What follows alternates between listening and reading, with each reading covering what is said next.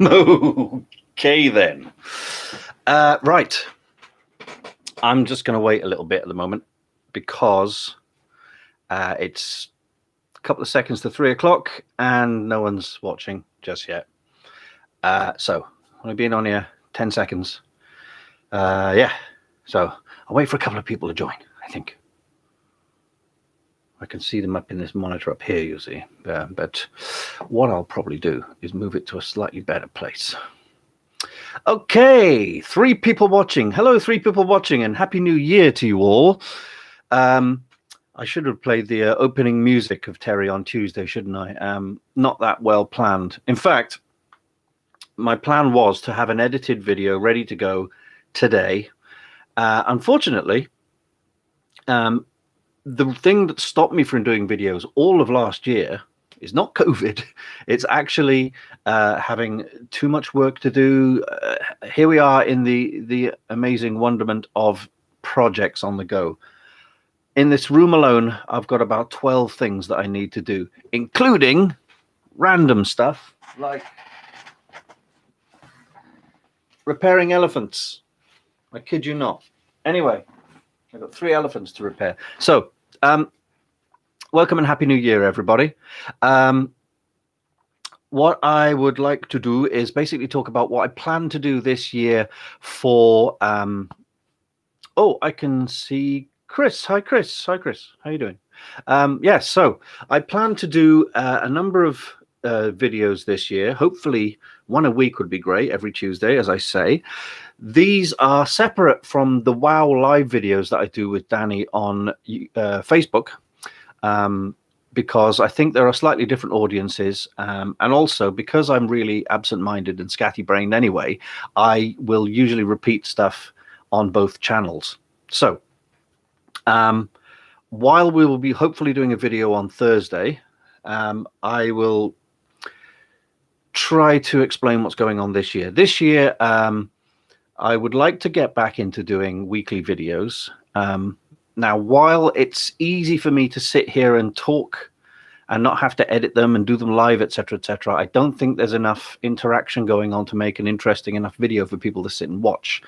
People do tend to prefer the shorter ones, like the 7 to 10 minute ones that I generally edit and put some, titles at the start and the end, and maybe some little funny bits in the middle and stuff, and generally have a number of, or at least one subject to talk about or to show and tell kind of thing. I do have a couple of prop builds saved up that I would like to edit together. But again, every time I think of the word edit, I get like this poof, shoulder demon on my shoulder going, you haven't finished editing the off-world behind the scenes stuff. And I'm like, yeah, I know. Mind you, the shoulder demon is actually in the shape of Danny. So I do have too much to do and not enough time, as blimmin' usual. This has happened all year. And before, in my previous place, when I was doing Terry on Tuesday on a regular basis, somehow I made it work. I do a bit of editing on a Sunday night, a little bit of editing on a Monday, and have a video ready to go at 1 p.m. on a Tuesday. Or sometimes 1 a.m. in the morning on a Tuesday morning.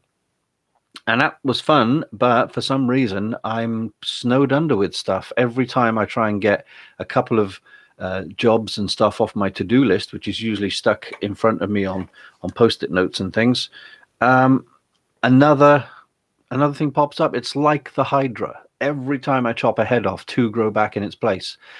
And it's showing no signs of stopping. Now, I can't complain, because a lot of people don't have work and stuff. So I would like to, be thankful for the fact that I've got work coming in, but I've got to do that work in order to keep it coming in, if you know what I mean. If I just stop to have fun on YouTube, like I'm currently doing, the jobs are just going to pile up, aren't they? So, you can't, I think MC Hammer said it best. I have to go to work because I like to go to play. That's what he said. So, he also said hammer time, but that doesn't really mean anything. But talking of hammer time, I'm expecting a delivery from Wick's Hardware Superstore. They said it would be delivered between 2 and 7 p.m., which is quite a wide berth. But I'm listening for my doorbell because you guarantee it's now 3 o'clock. You guarantee they'll interrupt me in the middle of this, and then I will have to disappear for at least 55 seconds, 60 seconds to go open the door, take delivery of said hardware and materials, and then run back up here, which doesn't make for great viewing, unfortunately. I can't even like put a test card up because I'm not like a Zoom expert. Anyway, this is the first YouTube live video I think I've ever done, actually. It's similar to Facebook, and it's not too bad. I'm not chuffed with the lighting in this place. I've got the ring light situated behind my camera, but it's away from me, so it's bouncing off the wall because I tried turning it the other way around. Although the lighting was slightly better, the room was going brighter and darker like crazy because the camera's trying to adjust for it. And also, I'm completely blind because I've got this blooming ring light in my face. So I've got the big light on, as Peter Kay says. But what I think my plan is going to be is I'm going to be doing videos facing that window, mounting the camera on my phone on the window, so I've got daylight in my face, and basically the opposite direction where we are now, the reverse angle, in fact. Anyway, if those of you don't know, I have been doing YouTube videos for a couple of years, and you're not going to find any on my channel now because I deleted them all in a raging fit last year or the year before, and that was because of the thing that everyone's calling the adpocalypse, where YouTube decided to completely restructure their system and basically made it almost impossible for you to earn any money from YouTube. Now, disclaimer, I've always said this, I've never really earned any money from YouTube. The only time I ever had any money from YouTube was years and years ago when I did a spoiler review of Rogue One before it ever came out. And it got 18,000 views. And I got a check from YouTube for 65 quid, which was amazing. And I thought, oh, brilliant. So I kept making videos, blah, blah, blah. You know, none of them were earning, but it was like adding to the content, you know. And then they changed the apocalypse thing where they basically demonetized millions of users' videos. And stop texting me, I'm busy. They demonetized so many users' videos and then basically said to them, yeah, so now you have to have a minimum of like, is it 1,000 or, yeah, 1,000 subscribers, which I only had at the most about 460 subscribers. And that dropped off pretty quickly as soon as I stopped doing Jack Sparrow. So they also said you've got to have something like, I don't know, is it like 2,000 hours worth of content before you can like be eligible for monetization? Now, I didn't expect to get rich from YouTube for two reasons. I'm male and I'm not a gamer. If you're female, you will instantly get lots of viewers because of the internet. That's not a sexism thing. That's an absolute fact. I proved it many times. I had a couple of videos last year where I brought some guests on. I had an author. I had a friend who was into antiques and stuff. But because they're both attractive women, the views went through the roof. Now, we live in a very strange world where people can watch as many scantily clad women as they like for free on the internet, but they still think it's better to sort of watch something on YouTube or whatever in real life. I don't know. Maybe it's the real life thing. I don't know. But most women I know do get harassed and sent questionable content just because they're female and they're on a video, which is a bit disgusting, really. Pack it in, guys. So anyway, what I am going to plan to do, though, is to re-upload some of my past videos, because looking back, obviously, I think the hissy fit, while it was justified at the time, it did kind of make my channel poorer in content. There are some good videos on there, some funny stuff. There are also some interesting things. I did some videos about ways to sort of improve your mental health. I did some interesting prop builds, and you know, obviously some comedy stuff as well. So I think I'll search through those and pop those back up. Just because, you know, people have said to me, "Oh, what happened to that video?" Oh yeah, all right, I'll think about putting it back up. So that will be something. And the videos this year will hopefully take the form of a bit more casual, I will be talking about the film stuff because that's going to be a big part of my life this year and next year. Obviously, the film is Wild Way Out West. Do I have a patch here? Yes, I do.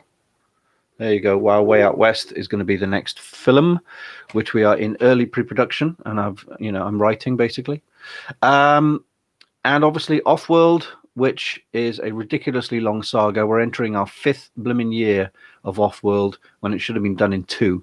But again, you've heard the stories, you've heard the explanations. I've said it many times, but everything got in the way. And the last thing we were expecting was, the whole 2020 situation, let's face it.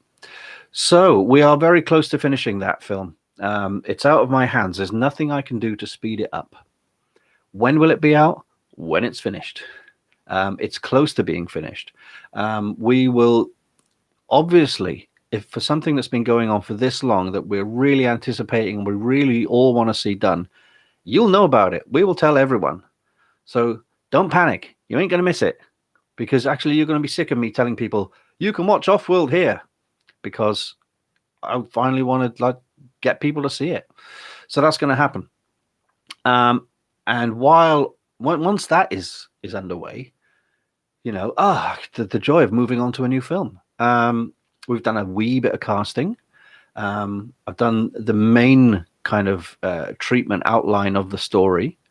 Thought of some scenes, thought of some ways to do things, spoken to the effects guys, spoken to miniature sets and prop makers. I even had a meeting yesterday with someone who's going to be very helpful on sets and props, solved us a ton of problems. And what I did say in last week's video is 2 things. Firstly, if you want to help this new film, I would like you to be involved by becoming a junk collector. What I want you to do is the same as me, which is this. You get a box. It doesn't have to be a big plastic box like this. It could be a cardboard box, right? But every time you find something interesting that you'd normally bung in the bin, whether it's a gadget or a container or these little plastic balls that you get inside beer cans. What's that? That's a Super 8 Cine reel. That's actually a very old-fashioned film editor machine. And yesterday I picked up 10 fluorescent, glowy-in-the-darky test tube drink things. And they all go in the box. And I'll tell you for why. Basically, in the film, like all the films I do, all the films I want to do, they will involve a lot of sets, props, and models. Now, there are a number of scenes, particularly in the first half of this new film, set in a university laboratory. Now, the laboratory will probably be shot in a university somewhere, but it needs set dressing. It needs gadgets. It needs junk. It needs machinery. It needs all kinds of things. And the more stuff that we can get to fill the shelves and the walls and everything else, you don't have to paint it. You don't have to make it into anything. Just collect the bits and bobs.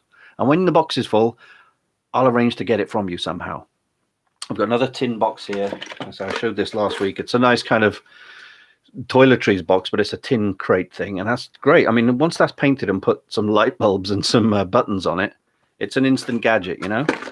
So we need plenty of gadgets. And that way you get to see your gadget, hopefully, blink and you'll miss it kind of thing, on a shelf in that scene. And who knows, if the film does well, you'll be able to say to people, look, there's my thing. And the other thing is, like, imagine we got like somebody famous in the film, in that scene. You'd be like, oh, my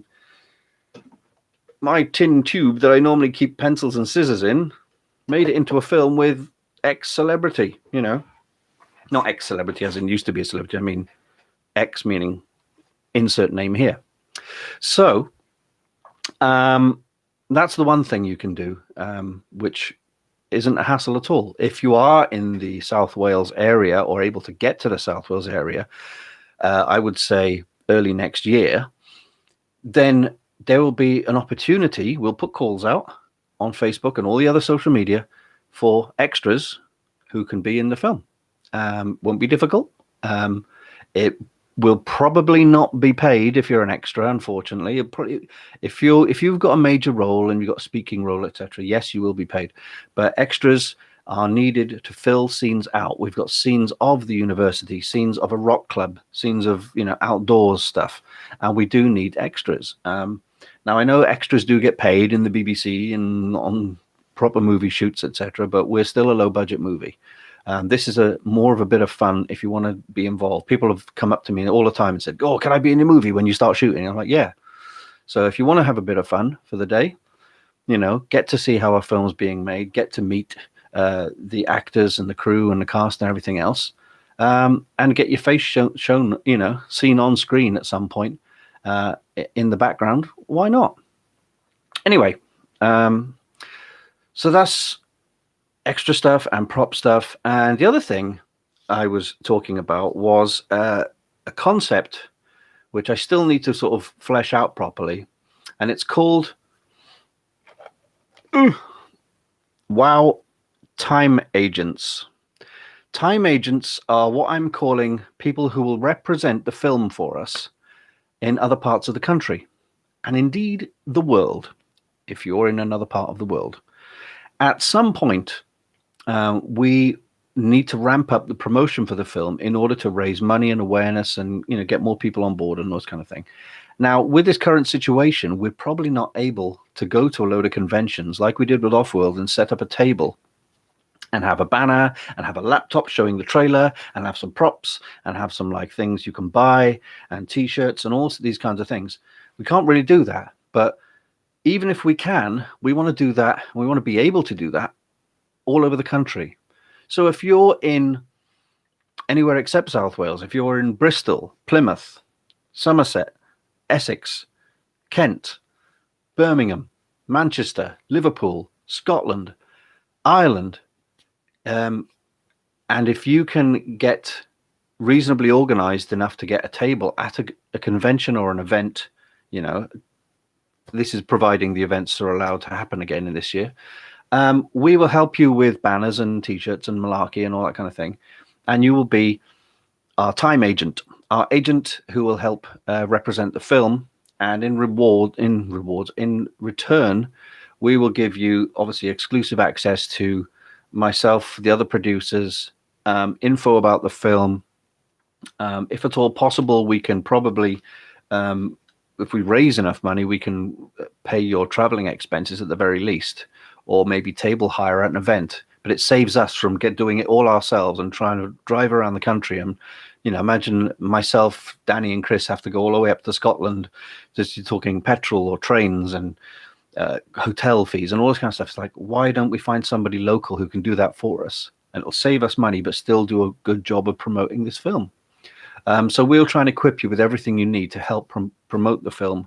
And as a result, your work will help us to make a bigger and better film, because more promotion around the world means more people. More people means more awareness. More awareness inevitably means more contributions to the budget when it comes time to raise money. And a bigger budget means a much better film, a much more impressive film, and things, go from strength to strength, basically. It's not about making us rich. We all worked on Offworld, myself, all the cast and the production team, basically, Danny, Chris Lynch, etc., worked for free. To this day, I haven't earned a penny. I did have somebody have a go at me. This is the stuff I get, on a regular basis. Someone had a go at me the other day and said, "Dude, you took people's money." And I'm like, no, it was a voluntary donation via a crowdfunder. That's how crowdfunders work. If you don't want to take the risk of putting money into a production that might fail, and many Kickstarter projects have failed in the past. The one that springs to mind was a sci-fi movie called Legionnaires. A lot of people I know put lots of money into that, and it disappeared without trace. Now, that's the risk you take. You put your money in, and if the film isn't get made, then that you've lost. But with Offworld, we've kept going. We've kept going through having zero money, and we have kept going and plugging away and finishing this film and pushing it to as many different people and places as we can. And it's paid off. We've got an American distributor waiting to take on the film and sell and market it for us. Now, we don't think we're going to get much money back from this unless it actually blows up. I'd love that to happen, but you can't expect that to happen. But to someone to come back to me and go, people have got the right to be impatient. No one's got the right to be impatient. I mean, probably me. I've got the right to be impatient because I wanted the film finished in 2 years and it's taken 4. But I'm only impatient because I've been working on this constantly for 4 years without payment, by the way. So I'm not taking people's money. The whole fact is that I do my best to let people know what's happening with the film and what's happening with the next film, and how you can get involved and how we can all benefit from this. It's not about being rich and it's not about being famous. It's about making a film. It's something I've always wanted to do. I made my first film when I was about 12. When I moved to Wales, me and a mate got together with a Super 8 cine camera and shot a sci-fi movie of me and a bunch of other guys running around fields with toy guns, etc., because it was a silent movie. I'm still trying to track that film down, actually, so we can put it on the Off-World DVD, just to prove that, 40 years later, nearly 50, 40 years later, my professional movie is still people in a field, but hopefully a little bit better with sound. But anyway, regardless of all that, I really want to make films. Off-World, while we did our best, I still think it is a low-budget film. It's not going to be everyone's cup of tea. But the best thing about it is, and I say this with no irony whatsoever, the best thing about Off-World is lots and lots of things went wrong. The whole, I think it's Sod's Law, what can go wrong will go wrong. Well, pretty much everything went wrong, from a personal, professional, and financial side of things. Almost everything went wrong, and yet here we are with a film pretty much finished, a feature-length movie with an American distributor waiting to take it on. That's not bad, is it, considering everything went wrong? But the best thing about everything going wrong is it taught me and my co-producers the wrong way and the right way to do things. We have learned so much. You don't learn anything from success. I don't think you do, but you learn a heck of a lot more from failures, a heck of a lot more from mistakes, because it shows you what happens when things go wrong and what you should do to avoid that. It's helped me grow as a filmmaker. It's helped me grow as a writer, a director, and a performer. And, as a producer now, and also as a person, I know that the way I deal with problems in the future is going to be completely different to how I dealt with them during Off-World. I made some good choices. I made some very bad choices. I put my foot down when I shouldn't have, and I didn't put my foot down when I should have. Now I know the difference, okay? So, you trust me. The next film is going to be even bigger and even better, but only with your help. I'm a great believer in a film is not a one-man band. It's a team. It's an army, and you've all got to get synchronized, and you've all got to make a plan, and you've all got to get out there. And so far, with the new film, wow, everything's going great. Everyone I've talked to, everyone we've cast, everyone we've spoken to about the film, love the idea so much. Oh, comments. Hi, Chris. Please give me a call. Yes, regarding prop making. Yes, Chris, I will. Super 8 movie making. Yeah. Well, exactly, Chris. You've been making films since 1980. I moved to Wales in 1980 when I met my best mate at the time, and he's the guy who had the cine camera, so it's pretty much the same thing. Mike, hi, Mike. I know now about making movies. Some of the lowest budget movies are some of the best. Yeah, it's about the story and it's about the soul. And how many stories of films have you heard that got turned down countless times? Like Star Wars got turned down by every single major Hollywood studio.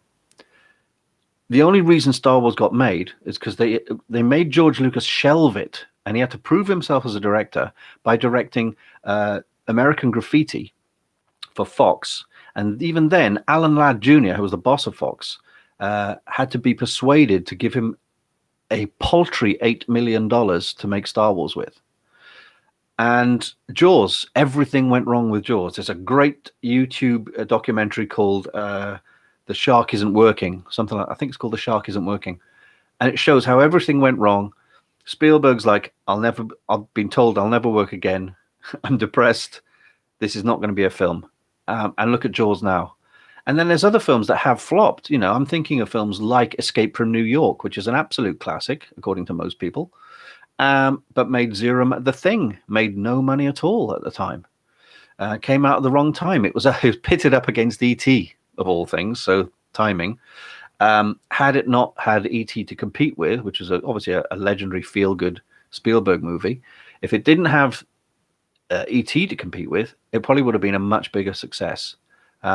I maybe have a cross wire here. Maybe talking about Big Trouble in Little China. Big Trouble in Little China, another John Carpenter film with Kurt Russell. That may be the one because it tested really well, but it was up against E.T., so E.T. stole all the things, all the viewers. But regardless, it was a John Carpenter film with Kurt Russell in, put it that way.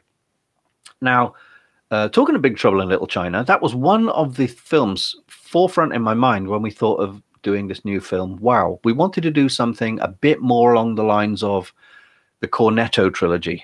If you don't know what the Cornetto trilogy is, it's the films Shaun of the Dead, The World's End, and Hot Fuzz, the Edgar Wright movies. We wanted to do something, again, high concept, but still with some comedy in this time, so we can have more fun in front of and behind the camera. A little comment from my mate Glazy. Rocky Horror and Blade Runner both bombed but became midnight showing hits. Yeah, there's something to be said for cult movies and cult hits. There's something warm and cuddly and nice about a cult hit. It doesn't, it almost feels like it's lost its soul if it's made, mega millions on the day it came out.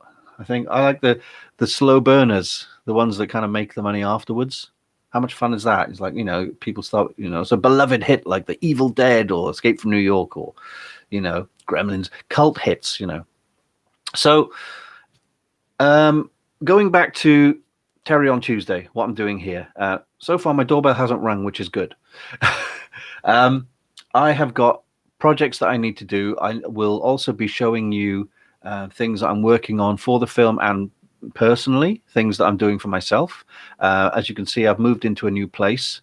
This is the messiest room in the house. The rest of the house is quite nice, honestly. But this is the thinking tank, or whatever you want to call it. It's where I do all my work and my planning and my storage of stuff. And hopefully, again, it'll be a two-way street. So on the Terry on Tuesday videos, feel free to, jump in and let me know what you want to see, what you want to talk about, anything you can suggest. I'm up for having guests on. I don't know if YouTube Live will let you do the split thing. Might have to do Zoom or something. I'm not sure, and then edit all that together. Obviously, time is of the essence, and it's a bit of a premium, and it's hard to sort of sit and edit a load of stuff at the moment. But I can keep you up to date on here, as well as the WoW videos up on Facebook every Thursday. So that's two different avenues of information coming from me. I may repeat myself in both, and that's just because I've got a scatty brain and I'm getting old. Hey, it's about half an hour now. I'm not going to go much longer because people don't like to sit through an hour's worth of stuff. But thank you to everyone watching, Chris, Mike, Andrew, and whoever else is watching. As usual, as every YouTuber says now, hit like and subscribe and the little bell icon if you want regular updates that my videos are coming out. And I hope you all had the best possible New Year you could have had under the circumstances. And obviously we're locked down again, which doesn't help me or my projects either. But we made it out in 2020, so hey, there's hope. There's always hope. I'm going to go now. So thanks, everyone. If you're watching this on the replay, leave us a comment. Comments are always moderated, so anyone deciding to troll me, you don't get your comments. They don't see the light of day. That's just how I roll now. No negativity in this house. Right then, that's everything. I'm going to disappear now if I can remember how to end a live video. I will see you next Tuesday, hopefully with a bit more of an edited thing, and I will show you the major project that I was working on last year, which I couldn't show you because it was a gift. And now the gift has been given over and received well. It's a prop from a sci-fi movie, and it's really quite interesting. So I will see you next week, hopefully, with that. So, as I always say, take care now. Bye-bye then.